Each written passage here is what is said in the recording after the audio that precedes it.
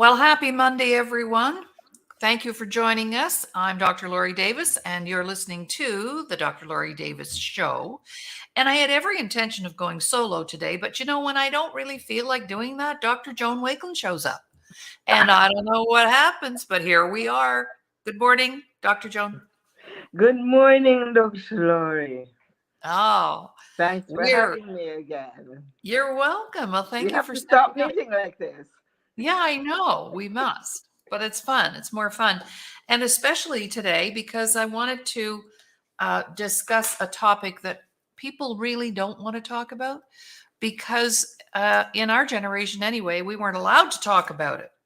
And that's our sex, sexuality, sexability, anything to do with sex was, I don't know what your experience was, Joan, but was it like sort of a hush hush topic when you were growing up? Sex, you keep that quiet. That Aha. was a taboo subject.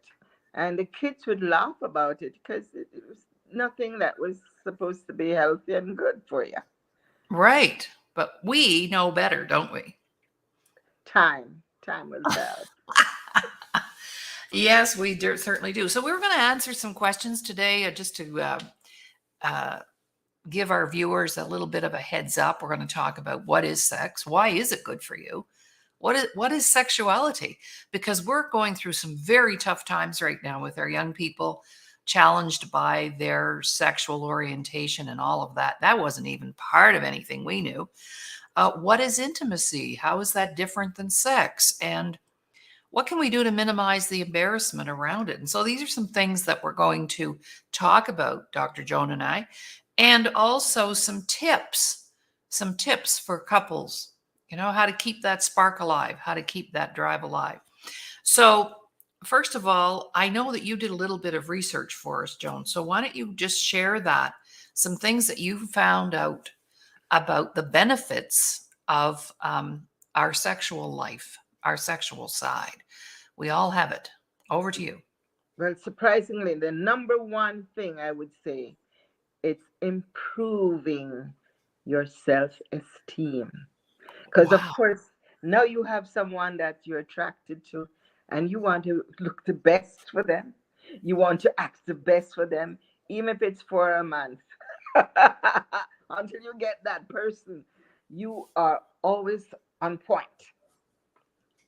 Wow. And for the people who are having hypertension, don't let that stop you. It helps to lower the BP. Mm. Yeah.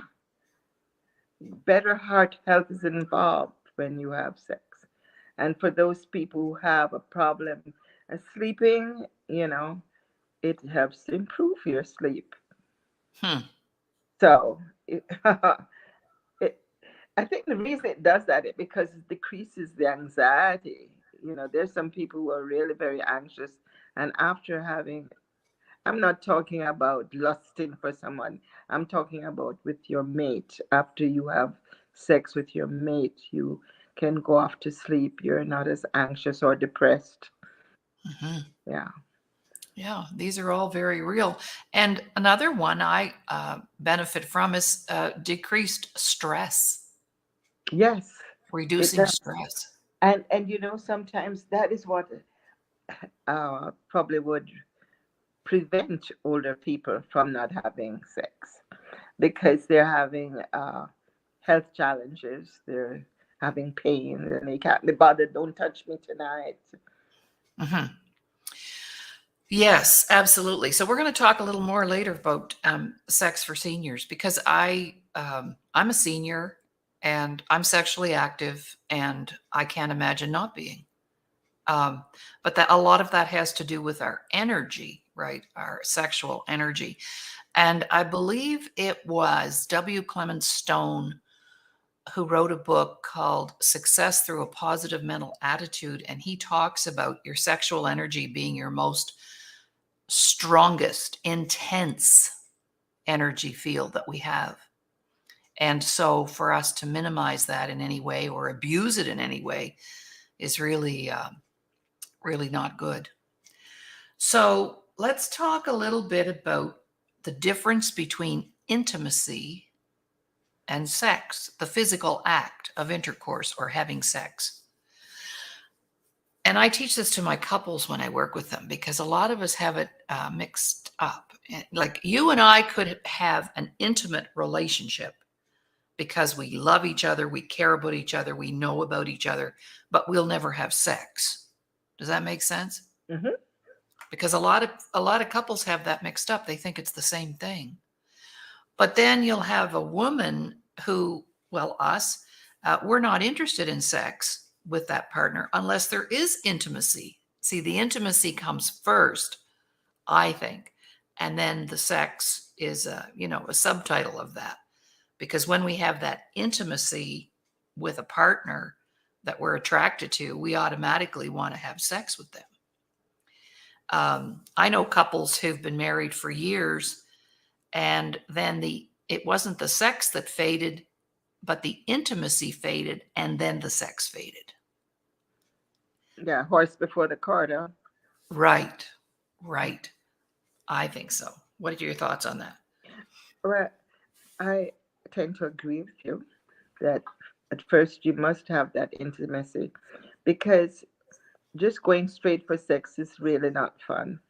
No, That's as good as rape. pretty much. Yeah, Pretty much. yeah. Now, there are only three reasons when somebody gets murdered. Okay, there's when somebody kills another person, it's either over sex, money, or revenge. Wow. So if you look at every situation where, they say that I forget how many murders among women are committed by their partners and vice versa. And it's Laurie, that was something that I was thinking about. I was divorced for a long time, and before I started dating again, that thought was in my head. Who am I going to meet that I can trust right, with my body? I right. mean, this is my temple, Hmm. and I want to save it for someone who can appreciate me for just being me, just appreciate what I have to offer, not over or under, just me. Hmm. Don't put me down and don't put me on a pedestal. Just accept Right, me as I am. right, And then there's so many men out there that believe that when there are single women that they can come in and exploit their body before exploiting their purse. right. And that was a factor that kept me away from dating. I didn't want to have your coffee. I'd pay for my own coffee, and I don't drink coffee, so there. Right. So Yes, you exactly. know, so sometimes the woman is very cautious because there are so many villains out there that are in suits. Yipper. And you don't know. I often said I never had a family. I wasn't blessed that way. But if I had have been, and I was left alone with them, I would never bring a man into that equation until those kids were. It's very important, Laurie, and especially for single moms. I was a single mom here for many years, and I was cautious about who came in the house because there are people who, because I'm single, said, I can teach your son. Hmm. Well, what are they going to teach my son? Hmm. Because the first person who said that to me, I found out he was gay. So, Mm-mm. what are you going to teach my son? So, mothers have to know what they're dealing with and keep certain elements out of the house when it comes to your children because they may not say anything, but they're watching you and they behave exactly as what they saw you doing. And then when you see them doing anything now that is upsetting to you, you're trying to stop them. Why? How are you going to stop them when that was the modeling that you offered? Hmm. So Exactly. sometimes single mothers have to make sacrifices. And yes, you have to have your love life, but do it discreetly so that Mhm. they don't have to see you making wrong choices by bringing in Tom, who is looking to have sex with them. That's right. That's Yeah, right. it could be a boy or a girl. It doesn't matter. You don't know what that man that you brought in has to offer your child. Yeah, and there's so many stories. I mean, I know a lot of people that have done that and paid That's the price exactly later. why. Mhm. That's exactly why I brought that up. Yeah. Because I've known women who bring in a man in the house, and that man is not the man that he pretends to be. He's a wolf in sheep's Yeah. clothing. Right. Right. All right. Well, let's talk about sexual energy. What's your take on that? What is that exactly? Because in my experience, I meet people every day, and you meet people every day, and some of them have great sexual energy, and some people just none. So, what does that mean to have sexual energy? I mean, I believe you and I both have lots of sexual energy. You know, the thoughts. We're talking about thoughts. Your thoughts allow you to experience what you're experiencing. And I always had a value on myself, good self image. All the time, I want to go out and I want to look good. Even at home in the mornings when I get up, I want to make sure that I'm looking good and feeling good. So supplementation sometimes helps. There are lots of supplements out there that can help you to keep your body in good, healthy condition. And when you're healthy and you're happy, you exude this. This is something based upon your hormone levels and your energy. It's what you want for yourself. And you want at all times to have other people happy. Have been approached and asked, well, do you do marijuana? You always sort of happy. Well, no, I don't do marijuana. I do God. and then I get this happiness genuinely like that. So when someone says to me, well, you're a classy lady, you're full of sexuality, you don't even think about it. It becomes natural to you. I think it's Yes. a gift. Yes. Yeah. Totally. Yeah. A lot of people are shy or embarrassed to discuss sex in any level, at any level, but that has everything to do with environment and shame and feeling ashamed, Hmm. right? Yeah. So we can discuss sexual abuse too, but that's another whole show, Yeah. really, Yeah. That right? Um, so your sexual energy is I think people who dance have lots of sexual energy, yeah. and it comes out when we dance. Yes. And Yes. that's why you'll have some people not dance at all. Well, that's that I'm talking about, Yeah. right? Have you seen that? Yes. Yes. Hmm. Hmm. And but some people have that sexuality showing when they just walk, Yes. just to walk, Yes. because they walk not only with confidence, but they know, baby, I've got it. This is what I've got, and I'm going to Right. strut it. You That's know. right. Right Yeah. into the store. Yes. And I'm always conscious of my mobility that way too, so that I'm not hunched over and, posture. But I met a client in person a while ago now, since COVID. And she said to me, she'd only ever seen me on the air. And she said, "Oh my gosh." I said, "What?" She said, "I thought you were tall, like a tall woman." I said, "No, just 5'1", barely broke the 5 foot mark." Oh. "Oh, wow." She said, "Because you come across as being really tall." And I have a story about that. I was broadcasting on a native reservation. They had a radio station, and I was doing my show. I did a show once a week on the reserve, and it was just my voice. So there was no picture. One day after the show, one of the community members came to the door of the studio, and she brought me a plate of traditional food. And she said, is Laurie Davis here? And my co-host said, "Oh yes, she's here. She's just in the back." Well, I brought her some food. So he hollers out, "Laurie." So I come out of the back bedroom and she looks at me and she goes,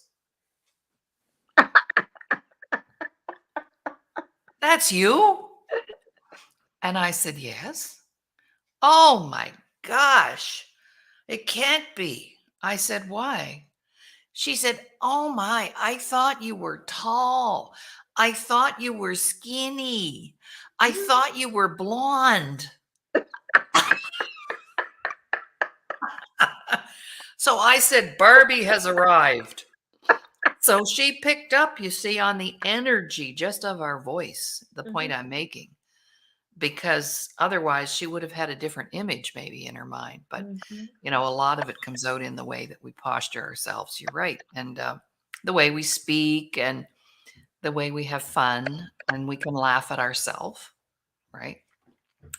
That's sexual energy. Some people, particularly, and like I said, it's another show. I am a sexual abuse survivor. I was molested by a family member, mm, but it didn't impact my ability to know that it's a good thing, it's a happy thing, it's a healthy thing, it's an okay thing. But other people, remember this morning we were talking about those belief systems. yeah, They think because they were raped or sexually assaulted that now they're damaged goods, yeah, yeah, yeah, right? yeah. And that impacts, we can always tell when young people have been sexually assaulted because the first thing that happens is they put on pounds of weight. And that's a mechanism to protect themselves and to make themselves unattractive. So Mhm, the other end of the stick, right? The other end. mhm. All right. Well, what are some tips that we could give couples to keep the spark alive? What are some tips? For one, never stop dating. They should always find a date night or Yes. whatever, but they should always have a date night. And, there are little things that my friend told me that they look forward to. It's a kiss when you meet them for the first time. You're away and they come to the door. Just don't take him for granted. Give him a little kiss on the cheek. Yeah, good to see you.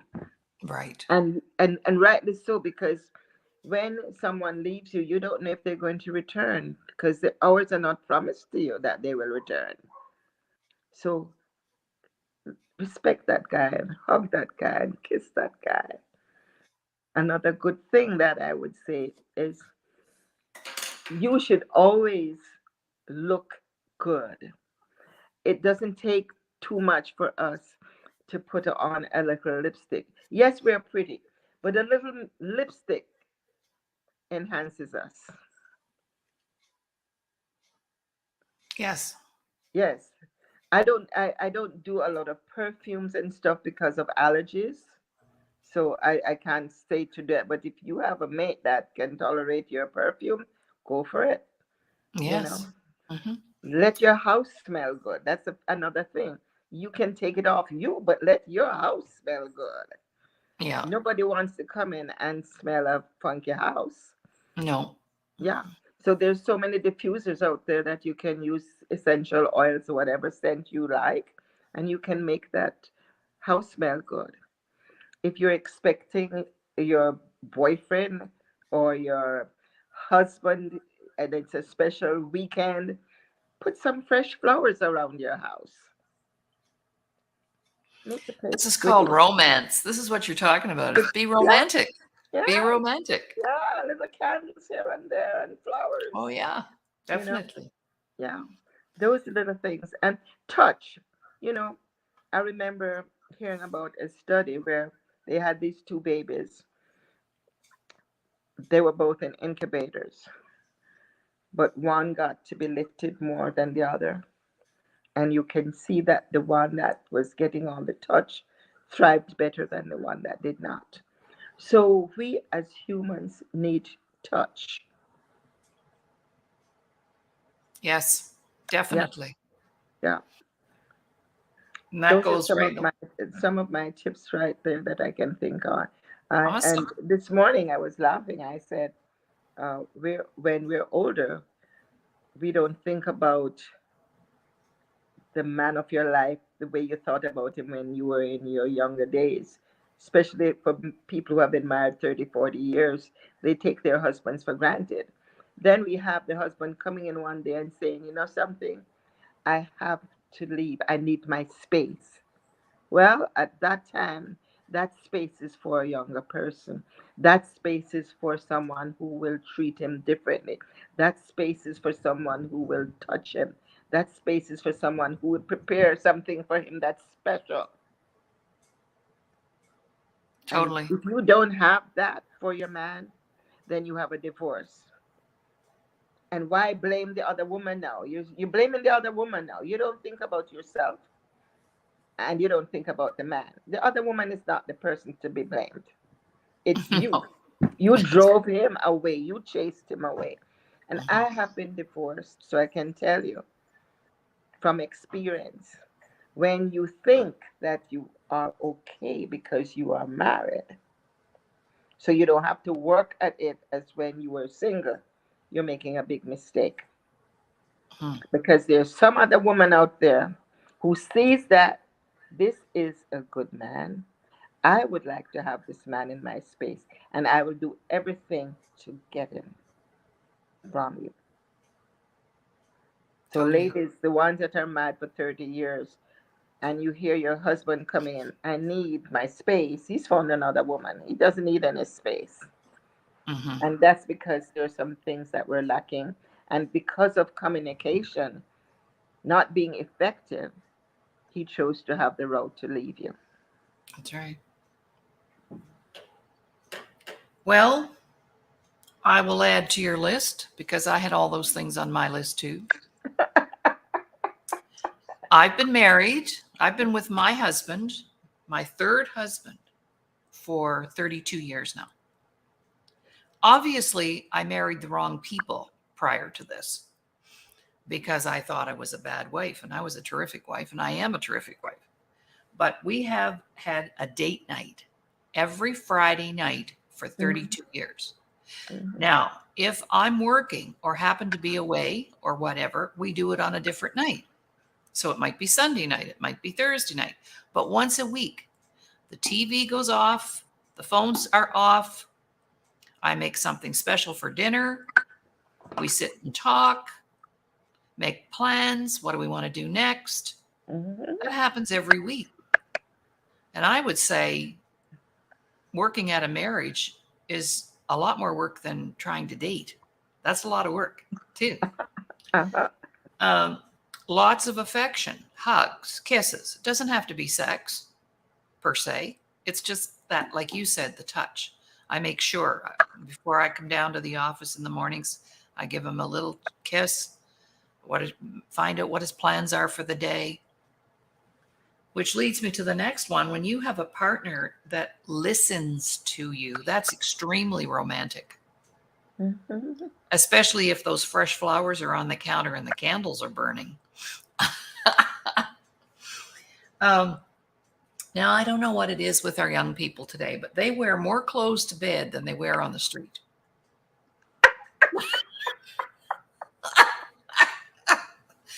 You see them going to bed in their sweatpants and their long sleeve t-shirts and a turtleneck up to here. And then they get up in the morning and she puts on her little skinny top and a pair of short shorts and goes downtown.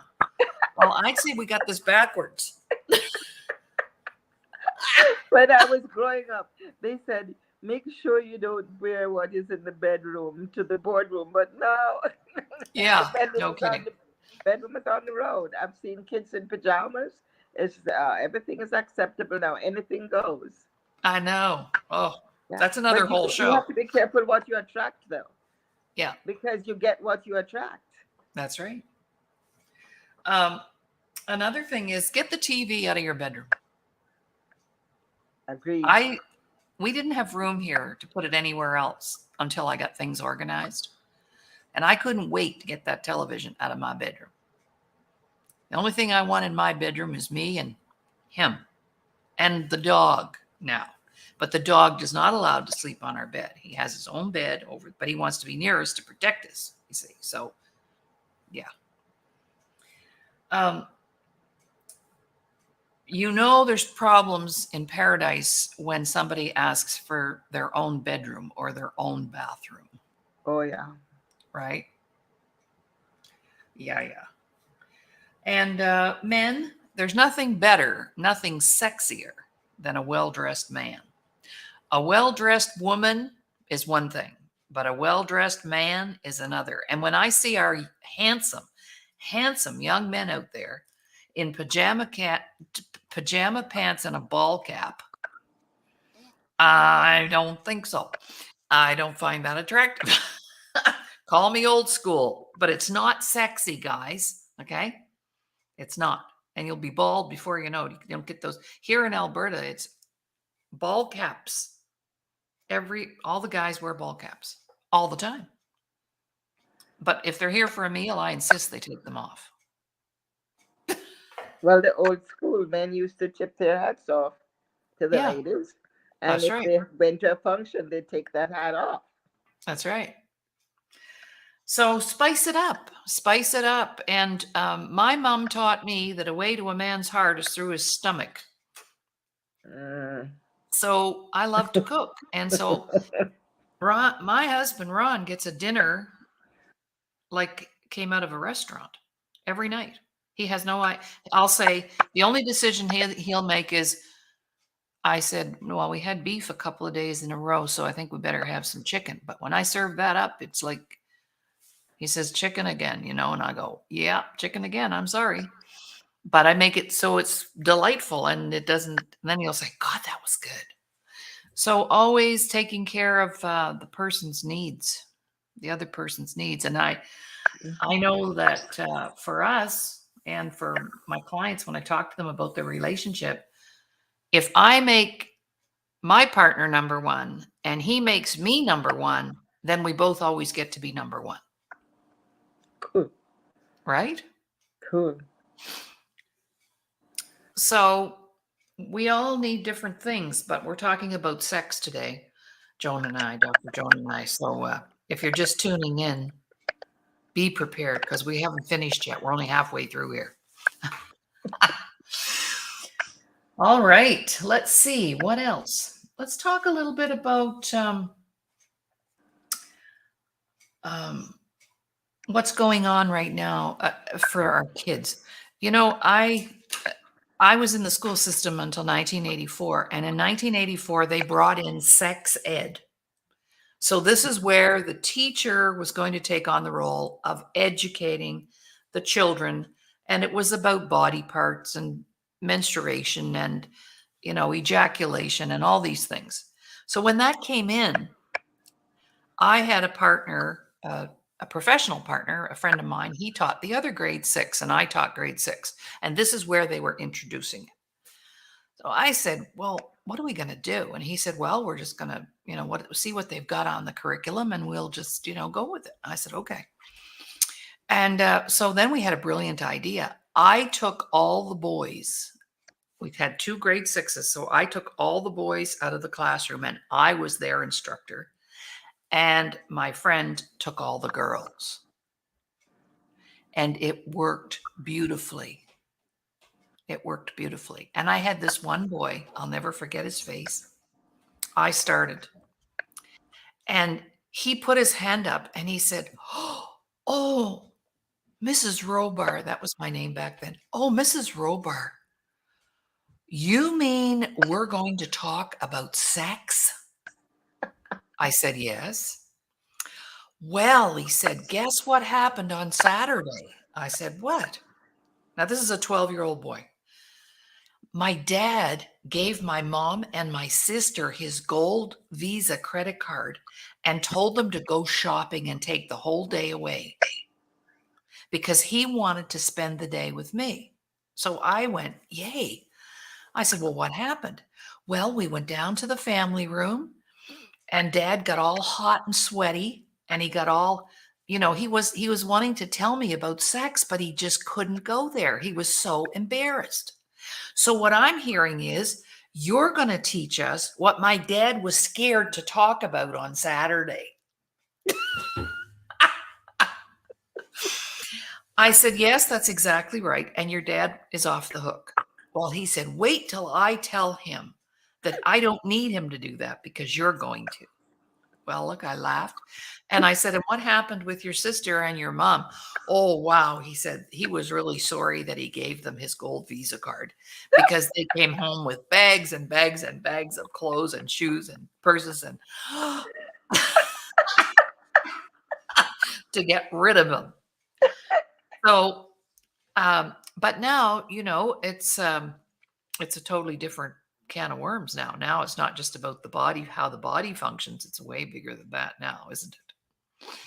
But sex sells. And so, there's lots of misunderstandings about it, or it's kind of like the only time we've ever seen a pile of money is in a briefcase in a movie during a drug deal on the hood of a car.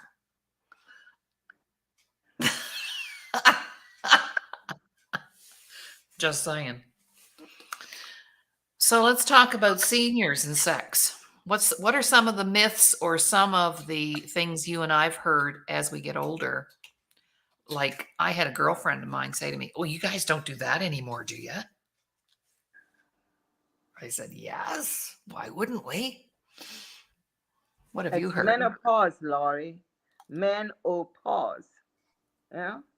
Uh-huh. Does that mean, oh, you put a pause on men? After menopause, it's now oh my gosh.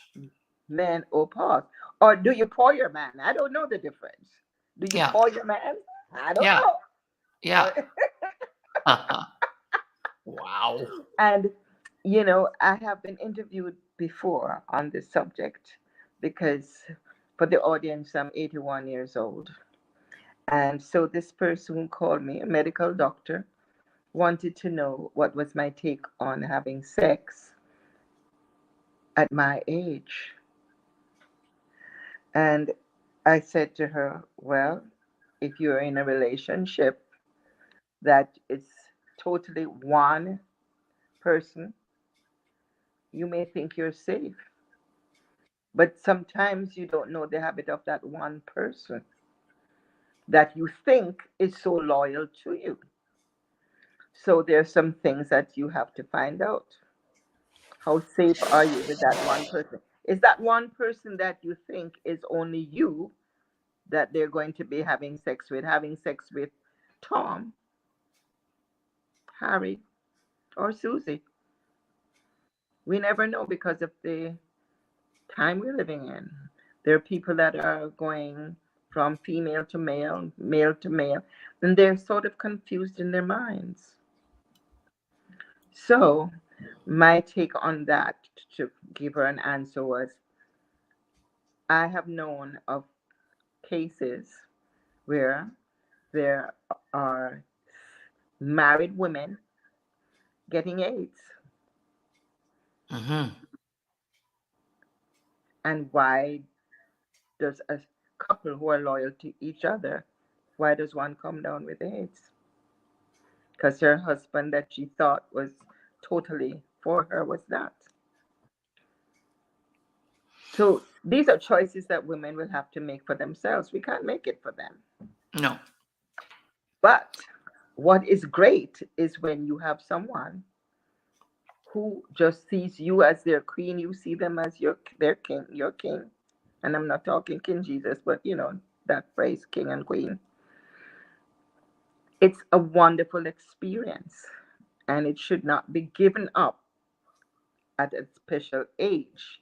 I think people give up having sex because they got a number attached to them. So that's for the youngsters. I am through. I had menopause. I'm done. And some other people just figure I have to wait for the right person before I share my body. And I was that person who waited until I felt that I had a companion who I could trust. It's a wonderful experience. And when there's patience attached to that, it's even better. You know, when Mhm. I was growing up, my mother told me that I have a gold mine between my legs. Mhm. And how I treat that gold mine was up to me. I could give away my gold, or I could hold on until I thought the gold was valuable enough to share it with someone. And so, for the young people listening in, I'm going to say to the girls, if a guy says to you that he will only have you as a friend because he needs to have you there first, pass him over. And the reason I say pass him over is simply this.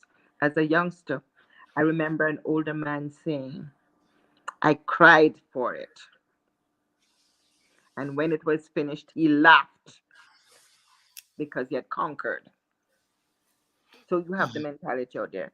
So when you're having sex, share your body with whom you think is the loyal person. Let them prove themselves. Let them show you respect. Just don't give away your gold. Right. Well, scientifically, as humans, we are not monogamous. We're not like geese who mate for life. If two geese get together and one passes, the other one never takes on another animal, another bird. So, but we're not that way. Right? We will have sex with different people throughout our lives. However, when we take a vow and we promise to be faithful, that's not about sex. That's about our word. That's Mm-hmm. about our integrity. It's not, oh, I'm married. I can't have sex with another person. No, you probably could. But when we make a promise to be faithful, then that's our integrity. So a lot of people have broken promises. They're living with Yeah. broken promises. And sex was involved, perhaps, but it's not the sex that is the issue. It's the fact that you said one thing and you did something Right. else. Yeah. So it's about our integrity. Being able to keep the sex alive in your relationship is all about that, doing the work and making sure that we have the things in place to keep that rolling out. And even if one person becomes less active than the other, I know that in older couples, that's all the more reason to put in some more effort to make Yeah. things keep, there's different ways to have sex, Hmm. right? And that's where the patience come in. You have to be patient with your partner. That's right. That's Hmm. right.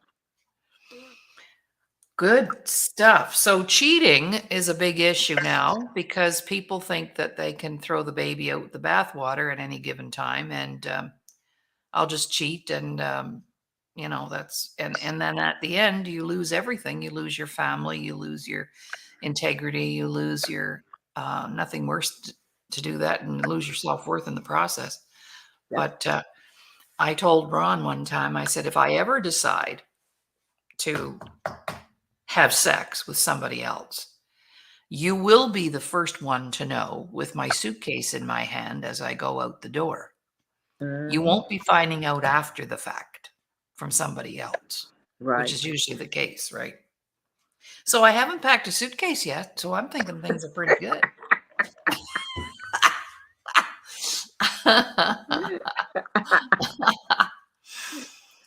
You have And a good partner. yes, yes, I do. And Hmm. Ramin loved Ron, and he was here to visit, and they got along great. And yeah, he just spent as much time as he could with him while he was here. Hmm. All right, what else do we need to say about sexability? Ha. Oh, yes, I did mention that I have a book my dad gave me in 1962 written by W. Clement Stone, and it was endorsed by Napoleon Hill.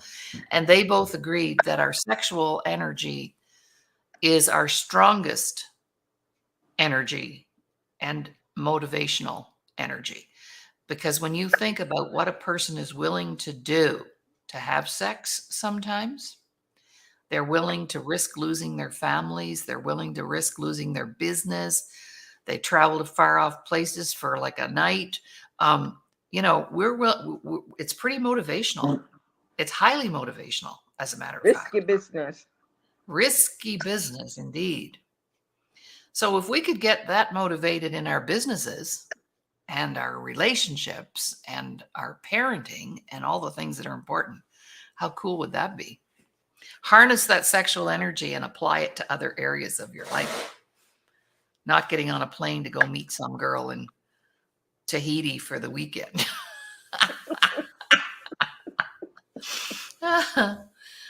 Oh my. Would you like to make an announcement or share it with our viewers? I think that would be very inspirational for a lot of people to hear about what you're up to in your relationship. Yes, yes.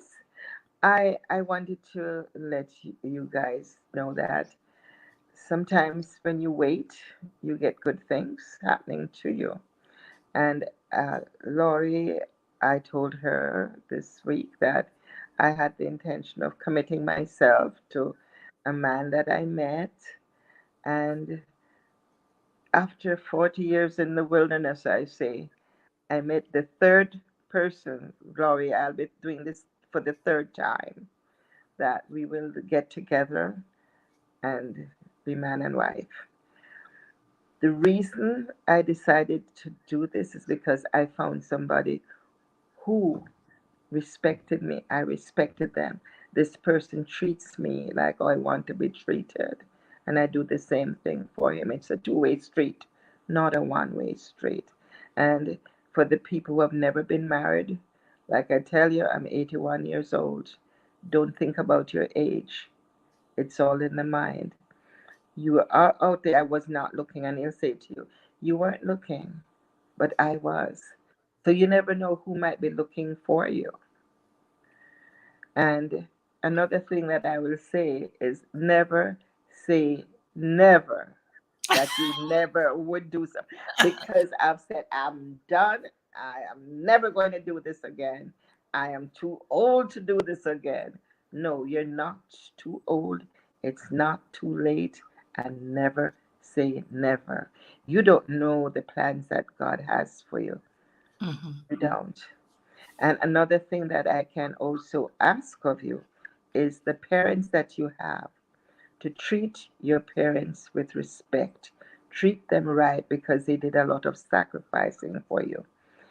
In my parents' last days, I was the one who took care of them.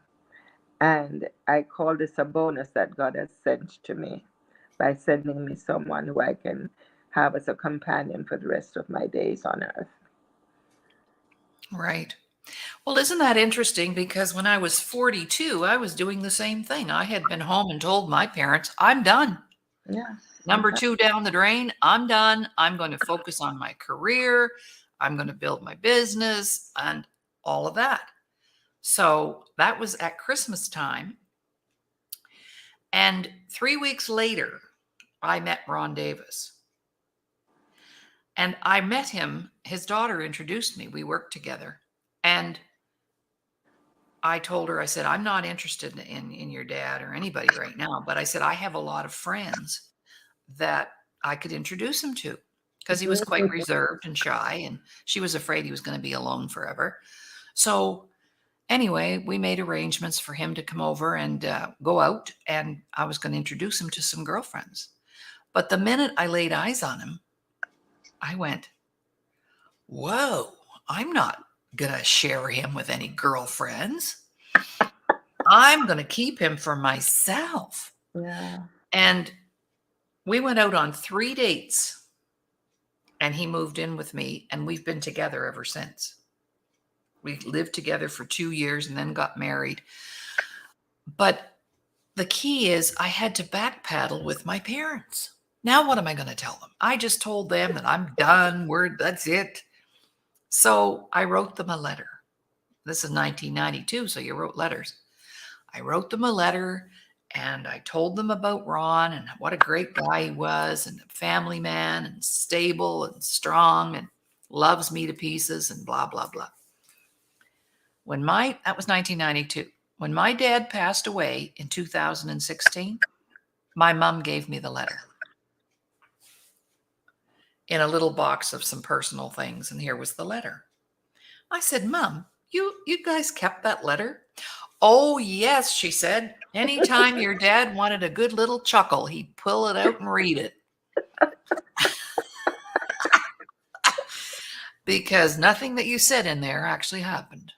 And so anyway, I understand. And so when you're not looking, like you said, somebody's looking for us, and it'll be there for you. But when you use language like that, I'll never marry again. I'm never going to go out again. I'm never going to do this again. Never and always are two words which we must eliminate. I always show up. No, I don't. Yeah.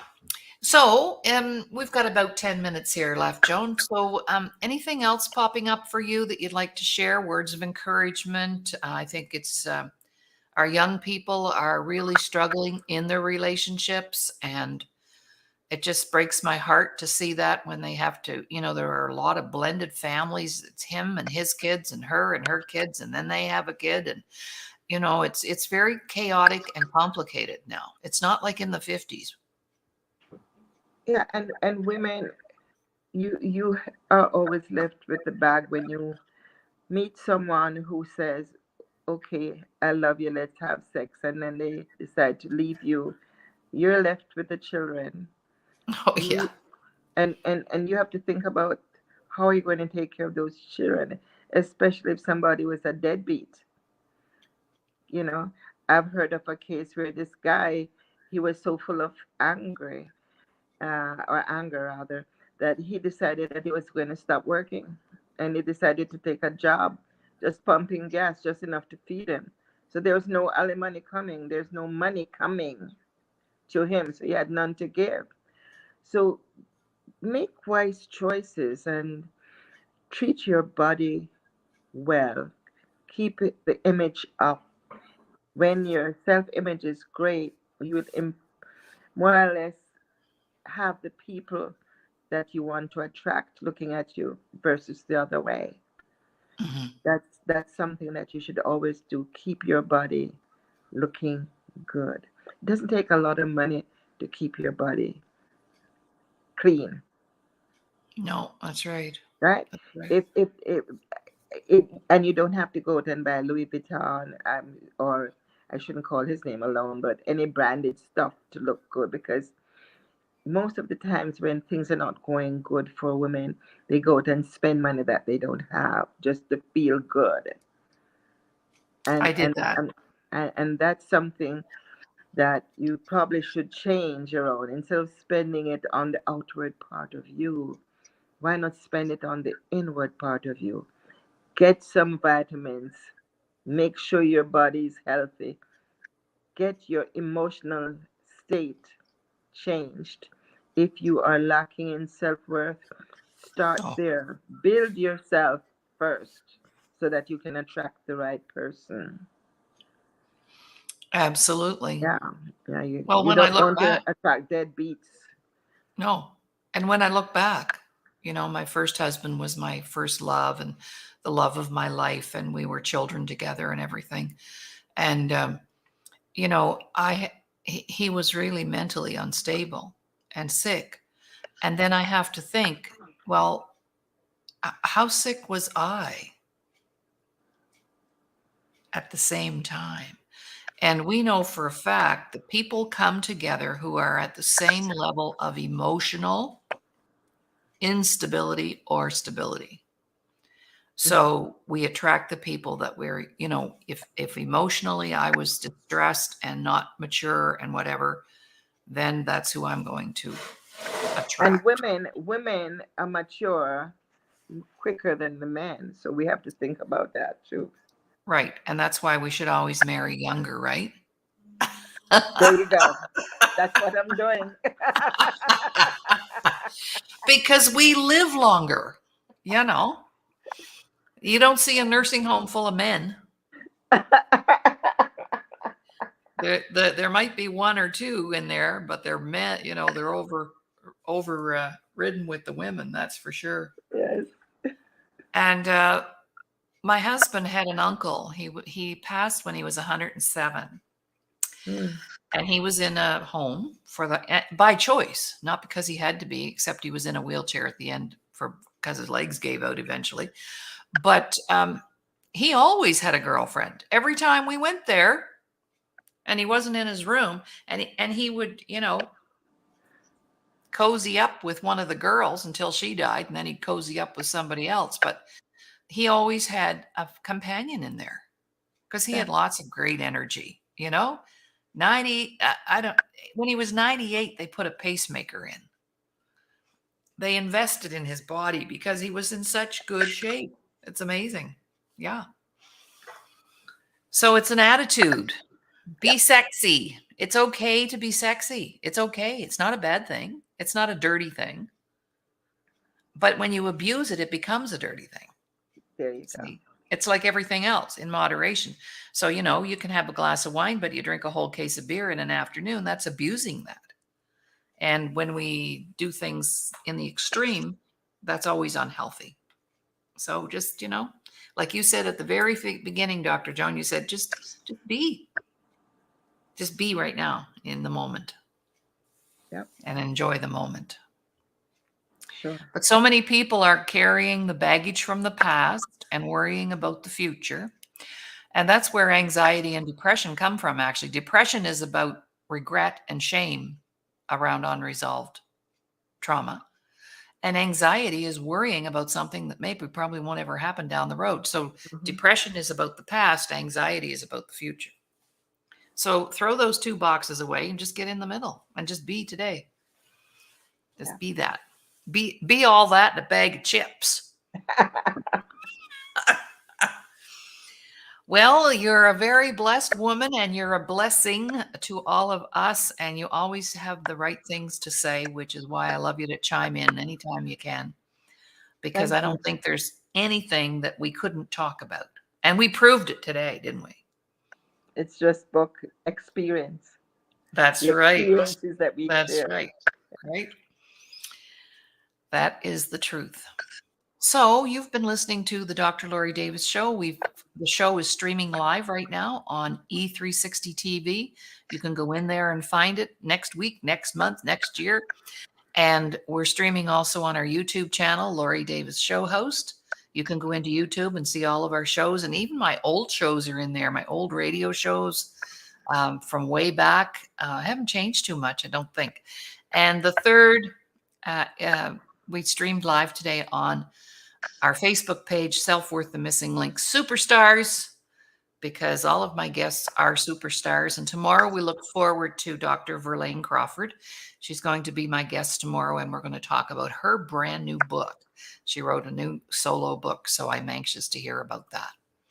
So thank you, Dr. Joan, for being here today. You're welcome. And looking forward to seeing you in the not too distant future and meeting you and giving you a big hug and a big kiss, and can't wait. Can't wait either. Bye-bye. All right. Okay. So we'll say goodbye right now, and everybody have a great day.